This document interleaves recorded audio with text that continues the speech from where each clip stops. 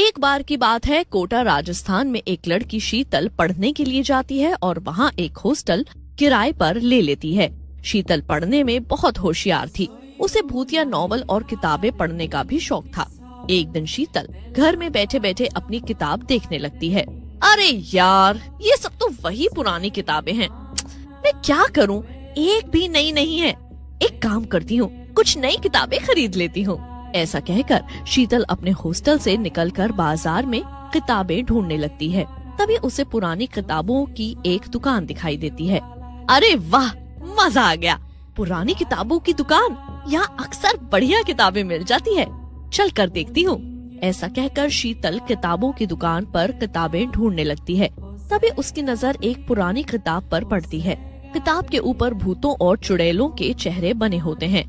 शीतल किताब को देखकर खुश हो जाती है और किताब वाले के पास जाकर बोलती है, भैया, ये किताब तो बहुत बढ़िया लग रही है, मुझे ये दे दो और इसके पैसे बता दो। किताब देखकर दुकान वाला थोड़ा घबरा जाता है और बोलता है, ये किताब? अरे नहीं नहीं, आप ये किताब यहीं रहने दो, ये पढ़ने के लिए नहीं है।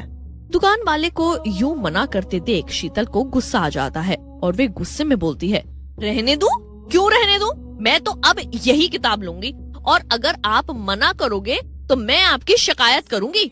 शीतल को गुस्से में देखकर दुकानदार वो किताब उसे दे देता है। शीतल भी किताब खरीद कर खुश हो जाती है और वहाँ से चली जाती है। शाम को खाना खाने के बाद शीतल उस किताब को खोलती है। किताब में कई विचित्र से फोटो बने होते हैं। ये भी भला कोई किताब है? इसमें तो कुछ भी नहीं है सिवाय इन चित्रों के। और वो दुकान वाला मना कर रहा था इसे बेचने के लिए। लेकिन शीतल की हंसी ज्यादा देर कायम नहीं रह पाती, क्योंकि जैसे ही शीतल अगला पेज पलटती है उसे खून से लिखा हुआ दिखता है और ये देख शीतल घबरा जाती है। खून से लिखा हुआ? ये क्या लिखा है इसमें? शीतल उस लिखावट के ऊपर अपना हाथ फेरती है। सारा का सारा खून शीतल के हाथों में लग जाता है। ये देखकर शीतल घबरा जाती है। ये तो ताजा खून है, लेकिन इस किताब के ऊपर कैसे ये सब कैसे हो रहा है? ऐसा कहकर शीतल किताब को दूर फेंक देती है। उसी समय शीतल को औरत के हंसने की आवाज सुनाई देती है। शीतल ये सब देखकर बहुत ज्यादा घबरा जाती है। ये कैसी आवाजें हैं? मेरे कमरे में तो कोई भी नहीं है।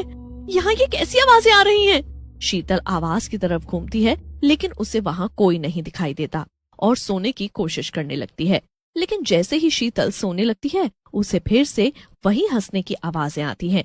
शीतल घबराकर अपना मुंह रजाई के अंदर कर लेती है। भगवान, आज बचा लो मुझे, आगे से मैं कभी कोई भूतिया किताब नहीं पढ़ूंगी, मुझे बचा लो भगवान। तभी वहाँ हंसने की आवाजें बंद हो जाती हैं। शीतल डरते डरते अपना मुंह रजाई से बाहर निकालती है। हे भगवान, तुम्हारा शुक्रिया जो आज मेरी जान बचा ली। मैं आज के बाद कभी कोई भूतिया किताब नहीं पढ़ूंगी। लेकिन तभी वहाँ किसी की रोने की आवाजें आने लगती हैं और जैसे शीतल पीछे घूमती है वहाँ एक की आत्मा भी है जो जोर जोर से रो रही होती है। कौन हो तुम और यहाँ क्या कर रही हो? मुझे क्यों डरा रही हो? लेकिन तभी वो आत्मा शीतल को अपने पास बुलाने का इशारा करने लगती है और तभी उसकी आंखों से खून टपकने लगता है। ये देखकर शीतल और ज्यादा घबरा जाती है और वहाँ से भागने की कोशिश करती है, लेकिन हड़बड़ाहट में गिर जाती है। मेरे पीछे क्यों पड़ी हो? मैंने क्या बिगाड़ा है तुम्हारा? छोड़ दो मुझे, जाने दो। लेकिन वो आत्मा वहाँ खड़े खड़े हंसती रहती है। शीतल जैसे ही उठती है वो लड़की वहाँ से गायब हो जाती है। शीतल किसी तरह रात का समय निकालती है और अगले दिन हॉस्टल के मालिक वीर सिंह के पास जाती है। वीर सिंह जी, कल रात को अपने कमरे में एक लड़की की आत्मा को देखा। उसकी आंखों से खून टपक रहा था। वो मुझे मारने के लिए आगे बढ़ रही थी। ये सब क्या है? शीतल की बात सुनकर वीर सिंह हंसने लगते हैं और बोलते हैं, शीतल, तुम भी कैसी बातें कर रही हो? हमारे हॉस्टल में चुड़ैल और भूत? ये हॉस्टल 3 साल से भी पुराना है और तुम्हारी तरह और भी लड़कियां रहती हैं। उन्हें तो कोई चुड़ैल नहीं दिखाई दी यहाँ पर। लेकिन वीर सिंह जी, मैं सही कह रही हूँ। मैंने सच में एक चुड़ैल देखी है। वो एक छोटी लड़की की आत्मा है। वो मुझे घूर रही थी। शीतल की बात सुनकर वीर सिंह को गुस्सा आ जाता है और वे बोलता है, बस शीतल, अब तुम मुझे गुस्सा दिला रही हो। मैं जो कह रहा हूँ शायद तुम्हें समझ में नहीं आ रहा है। यहाँ कोई भी चुड़ैल बच्ची नहीं है, समझी? अगर तुम्हें फिर भी डर लग रहा है तो तुम यहाँ से। वीर सिंह की बात सुनकर शीतल डर जाती है, क्योंकि पूरे शहर में सिर्फ वीर सिंह के हॉस्टल में ही रहने के लिए जगह खाली थी और शीतल अपनी रातें रोड पर नहीं काटना चाहती थी, इसलिए वो हॉस्टल में ही रुक जाती है। उसी रात जब शीतल सो रही होती है, उसकी छाती पर वो लड़की आकर बैठ जाती है। शीतल डर कर उठ जाती है। बचाओ बचाओ, चुड़ैल मेरे ऊपर चढ़ गई है। ऐसा कहकर शीतल चुड़ैल को जोर से धक्का देकर उठ जाती है।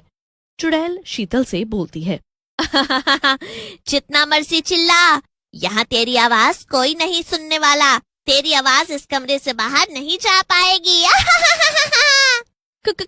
कौन हो तुम और मेरे पीछे क्यों पड़ी हो? मैंने आखिर तुम्हारा क्या बिगाड़ा है?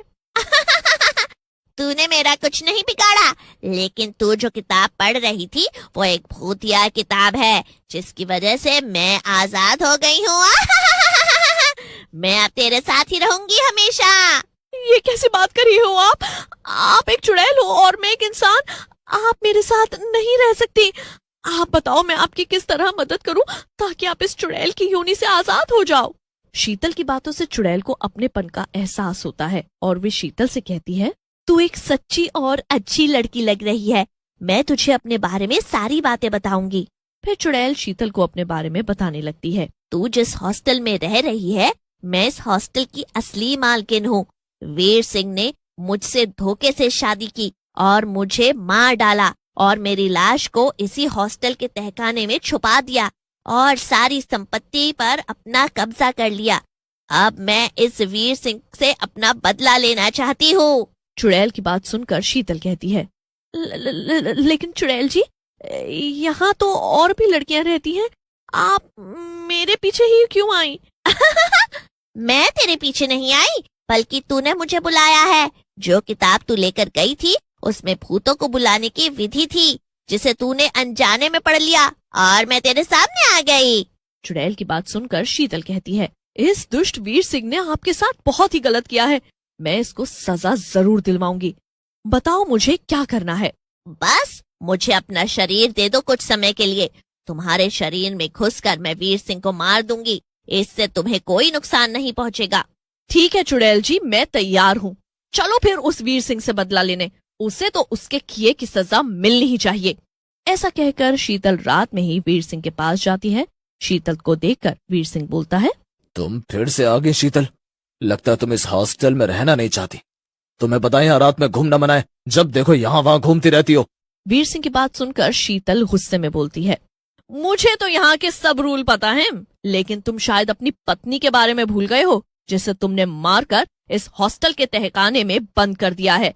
लेकिन मैं तुम्हें नहीं छोड़ूंगी। अब तुम्हें तुम्हारे किए की सजा जरूर मिलेगी। शोर सुनकर हॉस्टल के और भी बच्चे बाहर आ जाते हैं। अरे इसकी हिम्मत तो देखो, कैसे वीर सिंह जी से बात कर रही है। सुनीता, तुम्हें नहीं पता ये आदमी कितना नीच है। इसने अपनी ही पत्नी को मार डाला। मुझे किसी और ने नहीं, बल्कि तुम्हारी पत्नी की आत्मा ने बताया है, समझे? और मैं अब पुलिस को सब कुछ बता दूंगी।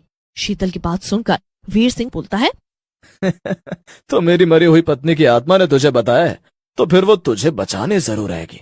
चल बुला उसे, नहीं तो तुझे भी उसकी लाश के साथ ही दफना दूंगा। ऐसा कहकर वीर सिंह एक चाकू से शीतल को मारने लगता है, लेकिन तभी चुड़ैल वहां आ जाती है। वीर सिंह, इस लड़की को मुझे बुलाने की जरूरत नहीं है, क्योंकि मैं इसके साथ ही थी। मुझे पता है तेरे बारे में, तू कितना गिरा हुआ इंसान है, और तुम सबको भागने की जरूरत नहीं है। मैं किसी को नुकसान नहीं पहुंचाऊंगी। तुम सब यहीं खड़े रहकर बस मजा लो इसकी मौत का। चुड़ैल को देखकर वीर सिंह डर जाता है और बोलता है, सुजाता, मुझे माफ कर दो। मैं नशे की आदत में बर्बाद हो गया था और मुझे पैसों की सख्त जरूरत थी। मुझे माफ कर दो, माफ कर दो मुझे। पैसे चाहिए थे तो मुझसे मांग लेता, मुझे क्यों मारा? तुझे इसकी कीमत तो चुकानी ही पड़ेगी। मैं तुझे अब नहीं छोड़ने वाली। कितनी मुश्किल से मैं इस किताब से बाहर निकल पाई हूँ। पता है कितने सालों से मेरा इसमें बंद पड़े दम घुट रहा था। कितना तड़पी हूँ मैं। ऐसा कहकर चुड़ैल वीर सिंह को मार डालती है। शीतल, अब मैं मुक्त होना चाहती हूँ। मेरी लाश निकाल के मेरा अंतिम संस्कार कर दो। तभी वहाँ पुलिस आ जाती है। शीतल पुलिस की मदद से लाश निकलवा के उसका अंतिम संस्कार कर देती है। संस्कार के होते ही चुड़ैल की आत्मा मुक्त हो जाती है।